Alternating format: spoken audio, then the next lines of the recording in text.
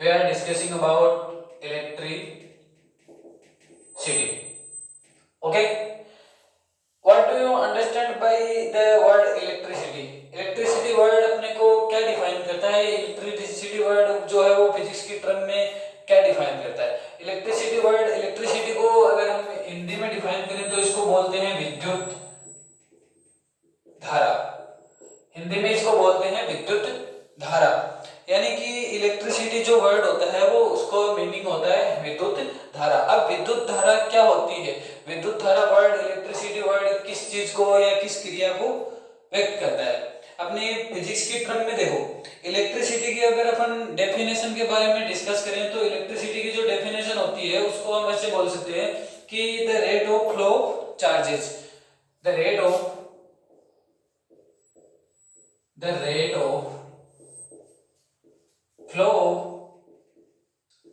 Charges.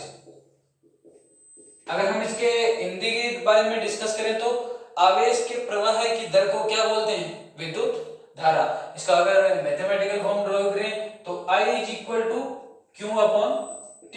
Here Q representing charge and T representing time. We can define electricity as a definition: the rate of flow of charges in particular time, how many of electrons or how many electron are flown। यानी कि आवेश के प्रवाह की दर क्या होती है? विद्युत धारा। प्रति एकांक समय में कितने आवेश प्रवाहित हो रहे हैं उसको क्या बोलते हैं? विद्युत धारा। इलेक्ट्रिसिटी को जो डिनोट करते हैं वो किससे डिनोट करते हैं? कैपिटल आई से। We can denote electricity by capital I. ठीक। नेक्स्ट, इलेक्ट्रिसिटी को जो मेजर करते हैं, इलेक्ट्रिसिटी को मेजर करते हैं एम्पियर में। एम्पियर इलेक्ट्रिसिटी को जो नापते हैं, इलेक्ट्रिसिटी एक प्रकार से बोल सकते हैं कि विद्युत धारा की जो यूनिट होती है वो क्या होती है? एम्पियर। और इलेक्ट्रिसिटी को जिस इक्विपमेंट से मेजर करते हैं उस इक्विपमेंट को बोलते हैं एमीटर। हिंदी में मैं इसका नाम बोलूं तो इसको बोलते हैं एमीटर। इलेक्ट्रिसिटी को जो मेजर करते हैं वो करते हैं एमीटर से। एमीटर क्या करता है? विद्युत धारा को नापता है। यहाँ तक अपने को क्लियर है? अपने पास जो विद्युत धारा का मात्रक है वो क्या होता है? एम्पियर होता है। अब देखो यहाँ पर ये जो एमीटर होता है इसको अगर अपन सर्किट में कनेक्ट करें, अगर किसी सर्किट में हम कनेक्ट करें तो इसको सर्किट में कनेक्ट किया जाता है सीरीज कॉम्बिनेशन में। Series combination,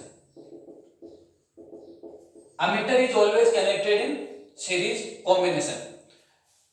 We will discuss about series and parallel combination in a next term. Okay, let's continue. Now, what do you understand by electric circuit? Electric circuit, जो electric circuit से आपको electric circuit क्या होता है इसके बारे में discuss करेंगे। देखिए, a closed and continuous path of electricity is called electric circuit। a closed and continuous path of electricity is called or is known as electric circuit। विद्युत धारा का सतत और बंद पथ क्या कहलाता है? Electric circuit. अगर यहाँ पर मैं आपके सामने एक सर्किट जो डिनोट करूं तो ऐसा, इस सर्किट में मैंने एमीटर कनेक्ट कर दिया। ओके, ये मैंने बैटरी कनेक्ट कर दी, ये की, ये मैंने एक सर्किट का डायग्राम मैंने डिनोट कर दिया है। ये पॉजिटिव आयन है और ये नेगेटिव आयन है। ठीक है, इसमें इलेक्ट्रिसिटी का फ्लो हो रहा है। इसको ये एमीटर है, एक इसको मेजर करेगा इलेक्ट्रिसिटी को, इसको बोलते हैं की, और इसको बोलते हैं, ये जो होता है इसको बोलते हैं रेजिस्टेंस। नेक्स्ट टर्म में इसको डिस्कस करेंगे, resistance. Okay, I hope all of you understand.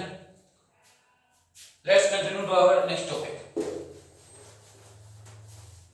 Our next topic is potential, electric potential and potential difference। Next topic is electric potential and potential difference. First of all, we discuss about electric potential. Electric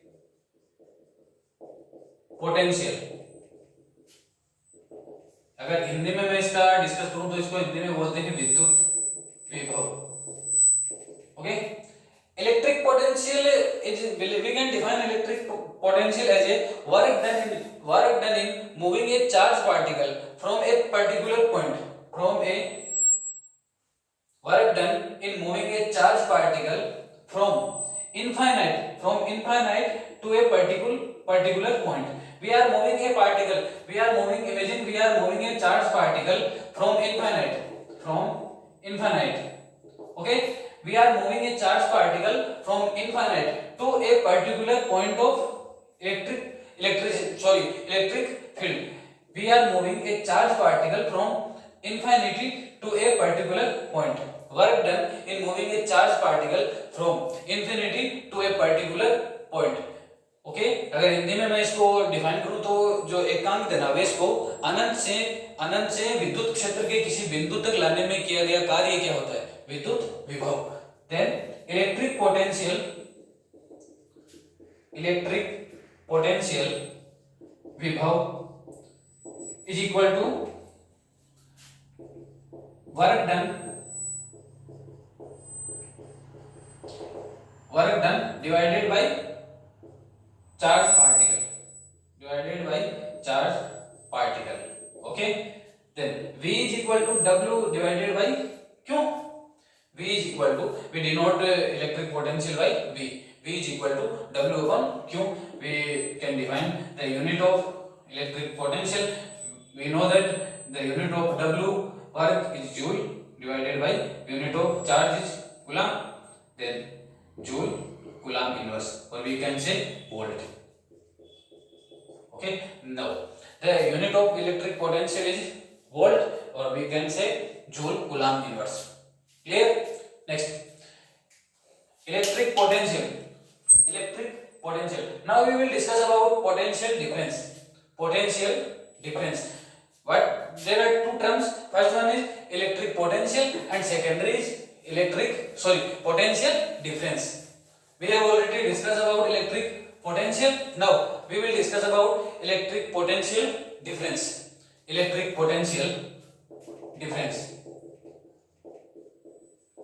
अगर मैं इसकी हिंदी में term की बात करूं तो इसको बोलते हैं विद्युत विभवांतर. अगर इसको डिफाइन करूं मैं तो work done in moving A charge particle from A point two a particular secondary point. Here we are assuming a particular point A and secondary point is B. Imagining a charged particle is present on A point. We are moving this charged particle to any other point B. Then work done in moving a charged particle from A point to a particular another point. अगर हिंदी में इसको define करें तो एकांक धनावेश को एक बिंदु से दूसरे बिंदु तक विद्युत क्षेत्र के एक बिंदु से दूसरे बिंदु तक लाने में किया गया कार्य. Here same as V is equal to W divided by Q. Then joule upon coulomb, we can denote it by V. Here V volt. Now electric potential को अगर मेजरमेंट करना हो, पोटेंशियल डिफरेंस इनको मेजरमेंट करना हो तो इनको measurement किया जाता है वोल्ट मीटर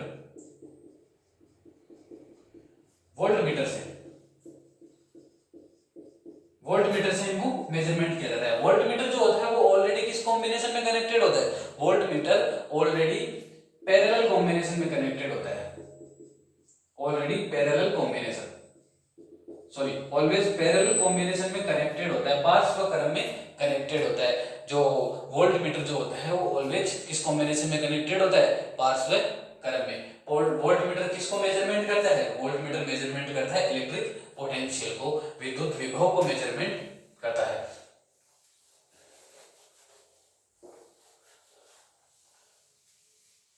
नेक्स्ट जो अपना टॉपिक है वो है ओम्स लॉ जो अपना टॉपिक है. इससे पहले अगर अपन डिस्कस करें तो देखो एक कूलाम जो आवेश होता है, 1 कूलाम आवेश में कितने इलेक्ट्रॉन होते हैं, ये आपकी बुक में एक अच्छा जो अगर आपको पूछ सकता है एग्जाम में एमसीक्यूज में जिसमें आते हैं, तो 1 कूलाम जो आवेश होता है उसमें इलेक्ट्रॉन होते हैं 6 × 10⁻18 इलेक्ट्रॉन्स। 6 × 10⁻18 इलेक्ट्रॉन्स 1 कूलाम जो चार्ज होता है उसमें होते हैं। नेक्स्ट जो अपना टॉपिक है वो है Ohm's law. Okay, let's discuss about Ohm's law. Ohm's law. Ohm's law is denoted by a scientist. His name is George Simon Ohm. George Simon Ohm.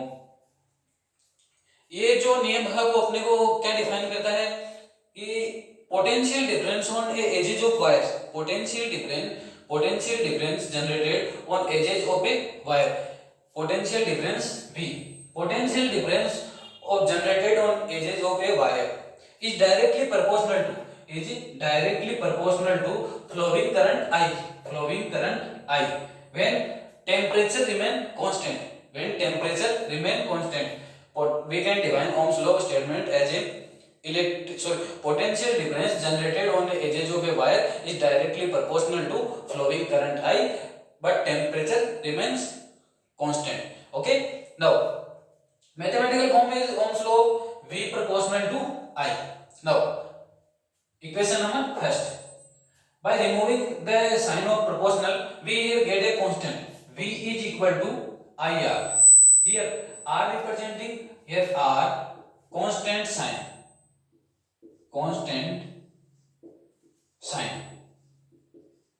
and R representing resistance of a circuit. इसको resistance को हिंदी में अगर define करूं तो मैं इसको हिंदी में बोलते हैं प्रतिरोध। अगर ओम्स लॉ का स्टेटमेंट अगर मैं आपको हिंदी में बताऊं तो ओम्स लॉ का स्टेटमेंट अपने को ये बोलता है कि किसी चालक तार के सिरों पर उत्पन्न विभवांतर उसमें प्रवाहित विद्युत धारा के समानुपाती होता है। किसी चालक तार के सिरों पर उत्पन्न विभवांतर उसमें प्रवाहित विद्युत धारा के समांतर होता है। चालक तार के सिरों पर उत्पन्न विभवांतर भी चालक तार के सिरों पर उत्पन्न विभवांतर उसमें प्रवाहित विद्युत धारा के समानुपाती होता है। यह विद्युत धारा V समानुपाती I, चालक तार के सिरों पर उत्पन्न विभवांतर विद्युत धारा की क्या हो गया, समानुपाती हो गया। यहाँ पर next step V is equal to IR। यहाँ पर जो R अपने पास आया है वो उसको क्या बोलते हैं, इसको बोलते हैं प्रतिरोध। यहाँ पर R जो हमने समानुपाती जो प्रोपोर्शनल साइन हमने रिमूव किया है उसके रेफरेंस में एक कांस्टेंट आया है R, जिसको बोलते हैं रेजिस्टेंस। नाउ अब डिस्कस करते हैं रेजिस्टेंस क्या होता है। रेजिस्टेंस हिंदी में इसको बोलते हैं प्रतिरोध। देखो, चालक तार में जब इलेक्ट्रिसिटी का फ्लो होता है, चालक तार में विद्युत धारा का जब प्रवाह होता है तो उस इलेक्ट्रिसिटी के फ्लो को उस चालक तार में कुछ न कुछ, जैसे अगर आपको समझा, अगर हम रफली समझे तो उस चालक तार में कुछ न कुछ अशुद्धि होगी या जो क्या करेगी उससे चालक तार में विद्युत धारा के प्रवाह को क्या करेगी, अपोज करेगी। उस चालक तार में विद्युत धारा के प्रवाह को अपोज करेगी, उस चालक तार में विद्युत धारा के प्रवाह को अपोज करेगी या उसमें उसके विरोध उत्पन्न करेगी, उसमें बाधा डालेगी। उसको क्या बोलते हैं, रेजिस्टेंस बोलते हैं। रेजिस्टेंस वो होता है जो इलेक्ट्रिसिटी के फ्लो को अपोज करता है, oppose the flow electricity in a circuit. Resistance जो होता है वो इलेक्ट्रिसिटी के फ्लो को अपोज करता है एक सर्किट में। इसको अगर इसकी जो ऐसा ही अगर यूनिट की बात की जाए तो इसकी यूनिट होती है ओम, और इसको डिनोट करते हैं इससे, ये ओम का साइन होता है। रेजिस्टेंस को इससे डिनोट करते हैं। आप जब न्यूमेरिकल्स हम जब करेंगे तो उसमें अपने को न्यूमेरिकल्स में जो रेजिस्टेंस की वैल्यू दी हुई होगी 2 ओम, 5 ओम, 3 ओम, 10 ओम, और उनका जो अपने को जो आगे जब हम डिस्कस करेंगे पैरेलल कॉम्बिनेशन और सीरीज कॉम्बिनेशन, उनमें हम डिटेल में इनके बारे में डिस्कस करेंगे। ओके, आई होप आपको समझ में आ रहा होगा। नेक्स्ट, अब अपने पास देखो जो ये रेजिस्टेंस है इस रेजिस्टेंस, ये रेजिस्टेंस जो क्या करता है, इलेक्ट्रिसिटी के फ्लो को अपोज करता है। बट इलेक्ट्रिसिटी के फ्लो को अपोज करेगा तो इसके कुछ ये जो कुछ फैक्टर्स पर ये क्या करेगा, इसकी वैल्यू डिपेंड करेगी। अब ऐसा तो है नहीं कि सारी मेटल्स या सारे कंडक्टर में सेम ही हो। कुछ मेटल्स क्या करेंगी, उनका जो रेजिस्टेंस होगा वो लो होगा, कुछ का हाई होगा। सब कंडक्टर का अलग अलग वो डिपेंड करेंगे, उनकी डिपेंडेंसी क्या होगी, अलग अलग होगी। तो हम डिस्कस करेंगे। और वैसे वो जो उनकी डिपेंडेंसी अलग अलग होगी उसका हम आगे डिस्कस करेंगे, लेकिन पहले ये जो चालकता, जो भी अगर एक कंडक्टिंग वायर होगा, करंट कैरिंग कंडक्टर वायर होगा, उसका जो प्रतिरोध है वो फिजिकल नेचर्स पर कैसे डिपेंड करता है, उसके फिजिकल नेचर्स वो डिस्कस करते हैं सबसे पहले। Factors affecting resistance of factor affecting resistance. Okay, first condition, resistance of a circuit is directly proportional to resistance of a current carrying conductor is current carrying wire is directly proportional to length of wire. Resistance of a wire is directly proportional to length of wire. Here resistance, we are denoting resistance by R. Now R, length of wire, we are denoting length R proportional to L. Is that clear? किसी चालक तार का प्रतिरोध उस चालक तार की लंबाई के क्या होता है, समानुपाती होता है, R proportional to L. Equation number first. Secondary condition, resistance of a wire is inversely proportional to surface area. किसी चालक तार का प्रतिरोध उस चालक तार की अनुप्रस्थ काट क्षेत्रफल के क्या होता है, व्युत्क्रमानुपाती होता है. resistance of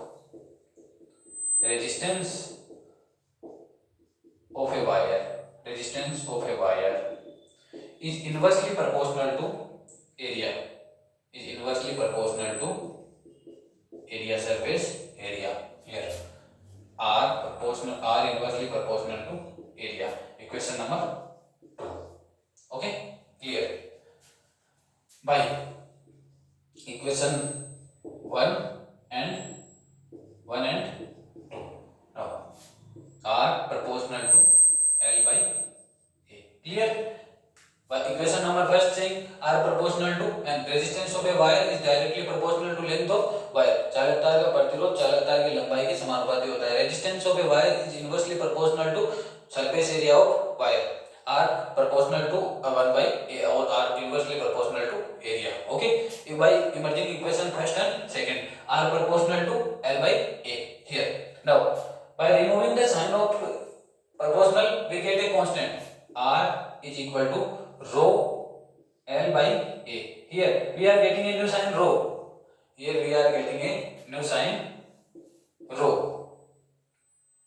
ओके, अपने को यहाँ पर एक नया साइन मिल गया है रो, इसको बोलते हैं रो. रो को अगर रो यहाँ पर किसको डिफाइन कर रहा है, वैसे तो ये रेजिस्टेंस जो प्रोपोर्शनल का साइन हटा है ये कांस्टेंट है, बट ये रो जो रिप्रेजेंट करता है ये किसको रिप्रेजेंट करता है, रेजिस्टिविटी को. रेजिस्टिविटी की अगर मैं हिंदी में इसको डिफाइन करूं तो इसको हिंदी में बोल देंगे प्रतिरोधकता. अगर इसको हम डिफाइन करें तो ये मेटल्स की क्या होती है, एक प्रॉपर्टी होती है, मेटल्स ने जो कंडक्टर्स होते हैं उनकी क्या होती है, एक प्रॉपर्टी होती है कि वो कितना विद्युत धारा के फ्लो को अपोज करेंगे.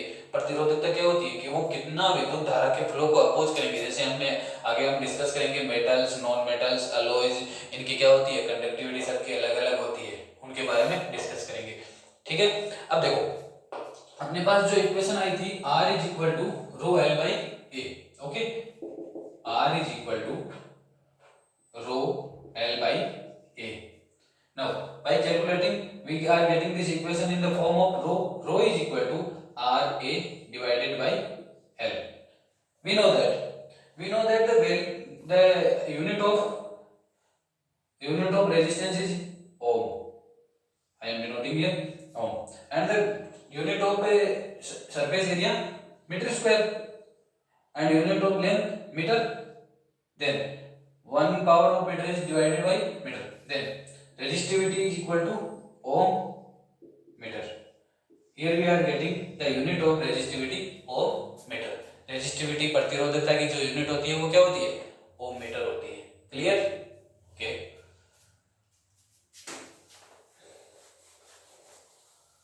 अब अपना जो टॉपिक आता है वो आता है रेजिस्टेंस का कॉम्बिनेशन जो होता है प्रतिरोधों का संयोजन। प्रतिरोधों का संयोजन होता है दो टाइप्स का। फर्स्ट वन होता है सीरीज कॉम्बिनेशन और सेकेंडरी होता है parallel combination. Series combination and parallel combination. हाँ, यहाँ पर देखो, एक हमने जो ये ओम्स लॉ होता है, ओम्स लॉ अगर V प्रोपोर्शनल टू I है, graph between V potential difference and current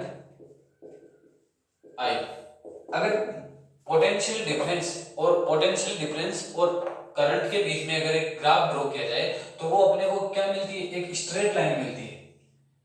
एक स्ट्रेट लाइन अपने को मिलती है, ये एक ऐसी स्ट्रेट लाइन मिलती है। ये ओम्स लॉ में ये आपको चार्ट बनाना है। ये ओम्स लॉ में आपको ये चार्ट बनाना है, आपको लिख के आना है एग्जाम में कि अगर V और I के बीच में ग्राफ, अगर एक ग्राफ डिनोट किया जाएगा तो अपने को एक स्ट्रेट लाइन मिलेगी, because V proportional to I। अगर V की वैल्यू इंक्रीज हो रही है तो I की वैल्यू भी इंक्रीज होगी, V की वैल्यू अगर डिक्रीज हो रही है तो I की वैल्यू भी डिक्रीज होगी। Clear? Let's continue to our next topic. Now combination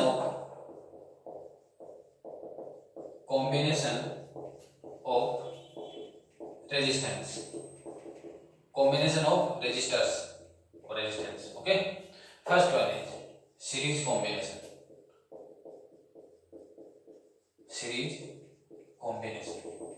Okay, पहले इसका चार्ट ड्रॉ कर लेते हैं,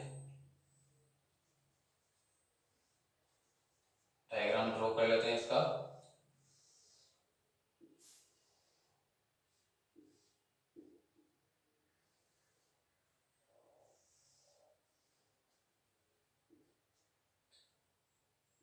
R1 resistance, R2 resistance and R3 resistance. For R1 resistance, potential difference is V1. For R2, it's V2, and for R3, it's V3.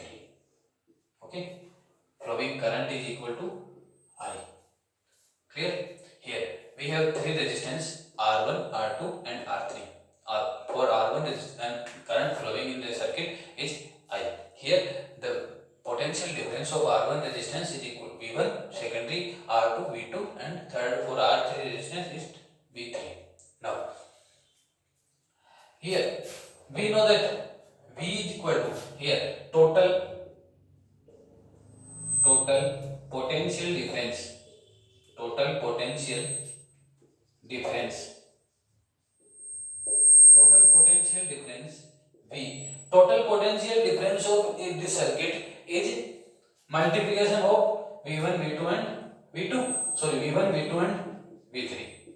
Total potential difference of this circuit is multiplication of adding of V1 V2 and V3, सबका योग हो जाएगा V1 और V2 V3 का। ठीक है, next. Now we know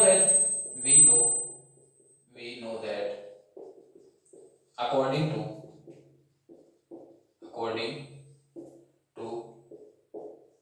Ohm's law,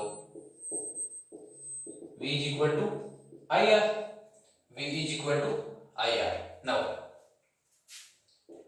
for equation number first, for R1 resistance,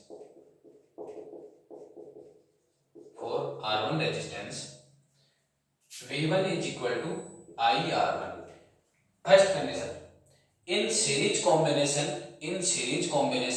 always value of flowing current I represent constant.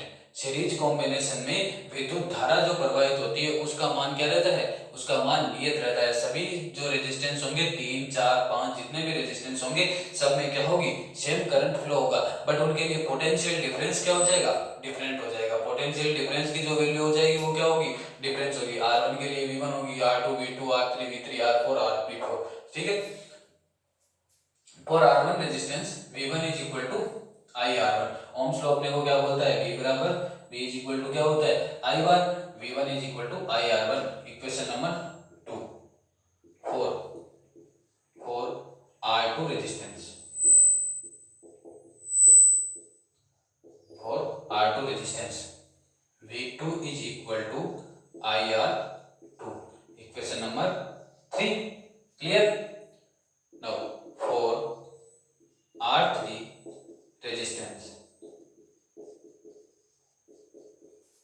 V3 is equal to IR3, equation number 4.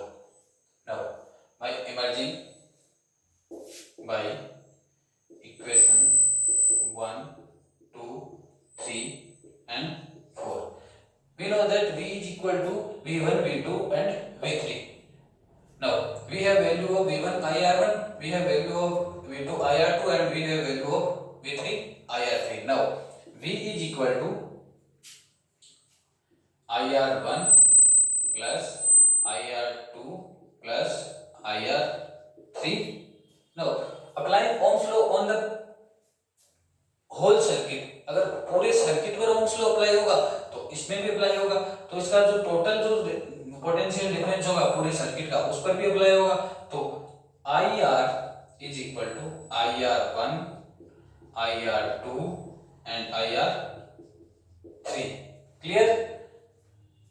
IR is equal to I common factor है both में, IR1, IR2 and IR3, then R1, R2 and R3. Okay.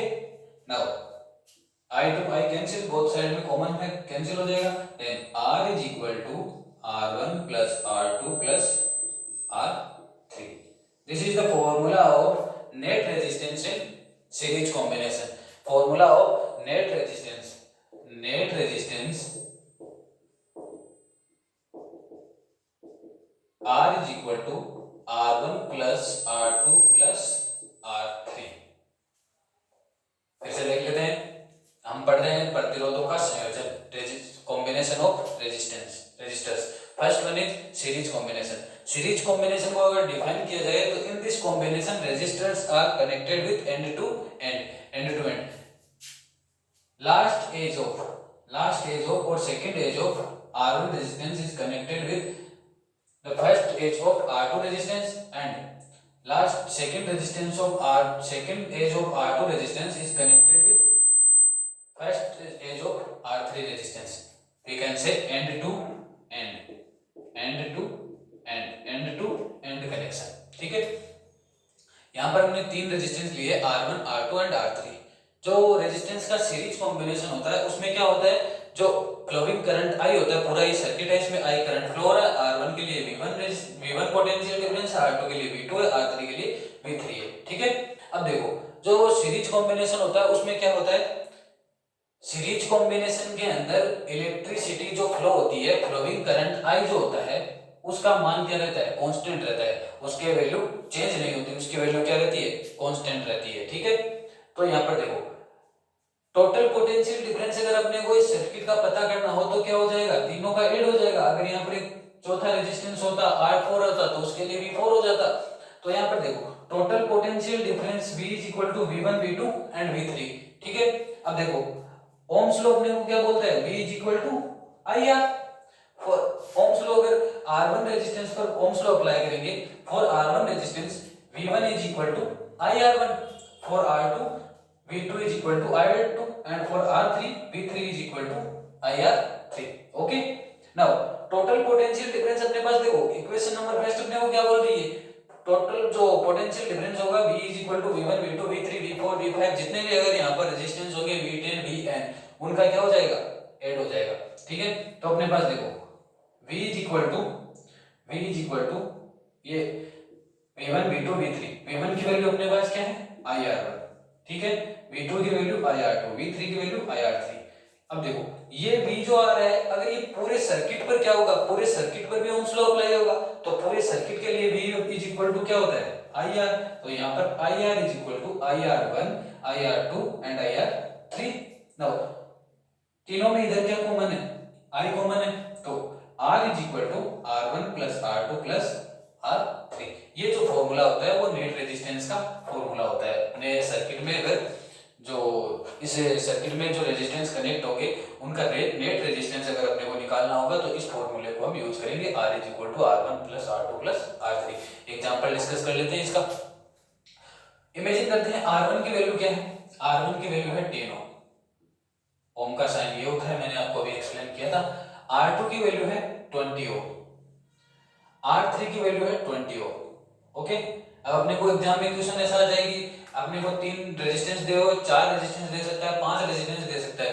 R1 की value 10 Om, 20 ohm and 20 ओम। तो circuit का अपने को net resistance खोजना है। Formula apply कर देंगे, R is equal to R1 plus R2 plus R3। Then R is equal to R1, R1 की वैल्यू अपने पास कितनी है 10 ohm, 10 ohm plus 20 ohm plus 20 ohm. Then R is equal to 50 ohm. Then total resistance of the circuit is equal to 50 ohm. 50 ओम जो है वो circuit का net resistance आ जाएगा। तीनों का सबका क्या कर देंगे, ऐड कर देंगे। क्लियर है? नेक्स्ट जो अपना है वो है पैरेलल कॉम्बिनेशन। सीरीज कॉम्बिनेशन हमने डिस्कस कर लिया है। अब हम डिस्कस करते हैं क्या, पैरेलल कॉम्बिनेशन। रेजिस्टेंस का जो पैरेलल कॉम्बिनेशन होता है उसमें क्या होता है, यहाँ पर अपने लिए इलेक्ट्रिसिटी कांस्टेंट रह रही थी, उसमें क्या रहेगा, उसमें रहेगा पोटेंशियल डिफरेंस कांस्टेंट रहेगा। उसमें उस सर्किट जो पैरेलल कॉम्बिनेशन होता है उसमें क्या रहता है, पोटेंशियल डिफरेंस अपना कांस्टेंट रहता है। उसके लिए जो अभी डायग्राम हम डिस्कस करेंगे, देखो सेकंड जो अपना है वो है पैरेलल कॉम्बिनेशन। अगर हिंदी में इसको बोले तो इसको बोलते हैं समांतर क्रम, समांतर क्रम या पार्श्व क्रम संयोजन, समांतर क्रम या पार्श्व क्रम संयोजन। डायग्राम बना लेते हैं पहले इसका। ये जो रिप्रेजेंट करता है आपकी बुक में जो दिए हुए हैं ये साइंस होते हैं, इन साइंस को आप याद कर लेना अच्छे से। ये जो होता है रेजिस्टेंस का साइन होता है, ठीक है। अब देखो इनमें जो कनेक्शन होता है वो इस टाइप से होता है।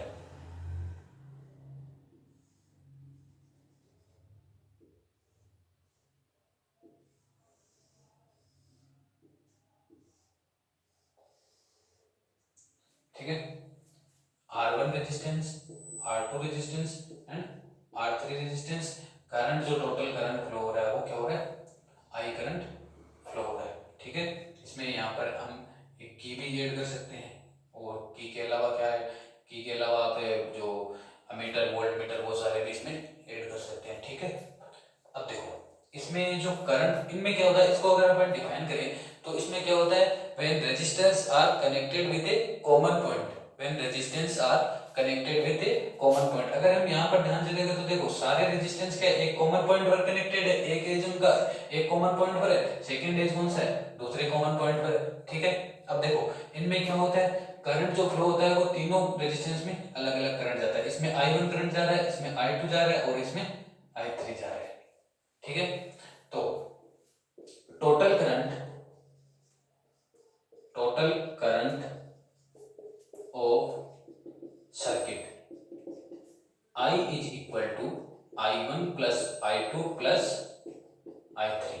सर्किट का जो टोटल करंट होगा वो क्या हो जाएगा, इन तीनों का ऐड हो जाएगा। अगर यहाँ पर मैं एक चौथा रेजिस्टेंस R4 ले लूं, चौथा रेजिस्टेंस अगर मैंने R4 ऐड कर दिया तो उसमें क्या जाएगी, I4 धारा जाएगी, I4 करंट उसमें फ्लो होगा तो वो यहाँ पर ऐड हो जाएगा। ठीक है, I3। अब ओम्स लॉ अपने को क्या बोलता है, V is equal to IR, V is equal to IR। Now according to Ohm's law, Ohm's law, V is equal to IR. Here I we can write it in this way, I is equal to V upon R। Clear, इन अगर I के form में इस फॉर्मूले को लिखेंगे तो I is equal to क्या हो जाएगा, V upon R। Now for R1 resistance, R1 resistance पर ओम्स लॉ अप्लाई करेंगे तो I1 is equal to V upon R1, equation number first, equation number second. For R2 resistance I2 is equal to V upon R2, equation number third. I3 is equal to V upon R3, equation number fourth. I is equal to V upon R अपने को Ohm's law बोलते हैं। R1 resistance के लिए I1 is equal to V upon R1, I2 V upon R2, I3 V upon R3। Potential difference जो रहता है वो इसमें क्या रहता है, कांस्टेंट रहता है। बाय इक्वेशन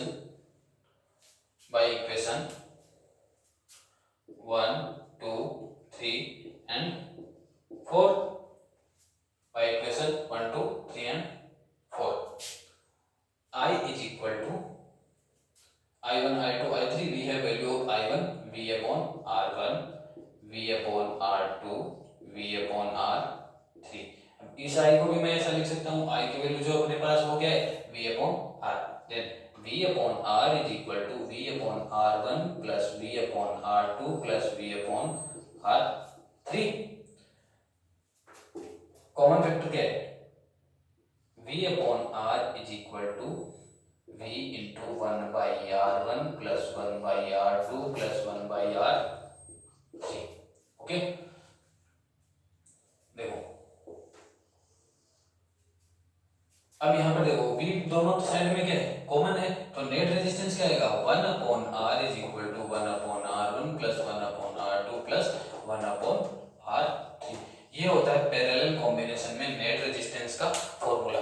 पैरेलल कॉम्बिनेशन में नेट रेजिस्टेंस जो अपने को रिसीव होता है वो इस फॉर्मूले से रिसीव होता है, one upon R is equal to one upon R one plus one upon R two plus one upon R three. Example discuss कर लेते हैं, आर वन की वैल्यू 1 ओम, आर टू की वैल्यू सॉरी आर वन की value 3 ohm, R two की value 3 ohm, R three की value 3 ohm लेते हैं, ठीक है। Then 1 upon R is equal to 1 upon 3 plus 1 upon 3 plus 1 upon 3, 3 1 plus 1 is equal to 1 upon R is equal to 3 by 3। Then R is equal to 1 ohm. Then net resistance of circuit is equal to 1 ohm. I hope आपको अच्छे से समझ में आया होगा। Next video में हम इसमें पढ़ेंगे, नेक्स्ट वीडियो में जो हम डिस्कस करेंगे वो करेंगे जूल सेटिंग लॉ, और जूल सेटिंग लॉ और उसके कुछ इफेक्ट्स हैं इलेक्ट्रिक फोर्स के बारे में डिस्कस करेंगे और इलेक्ट्रिक पावर के बारे में डिस्कस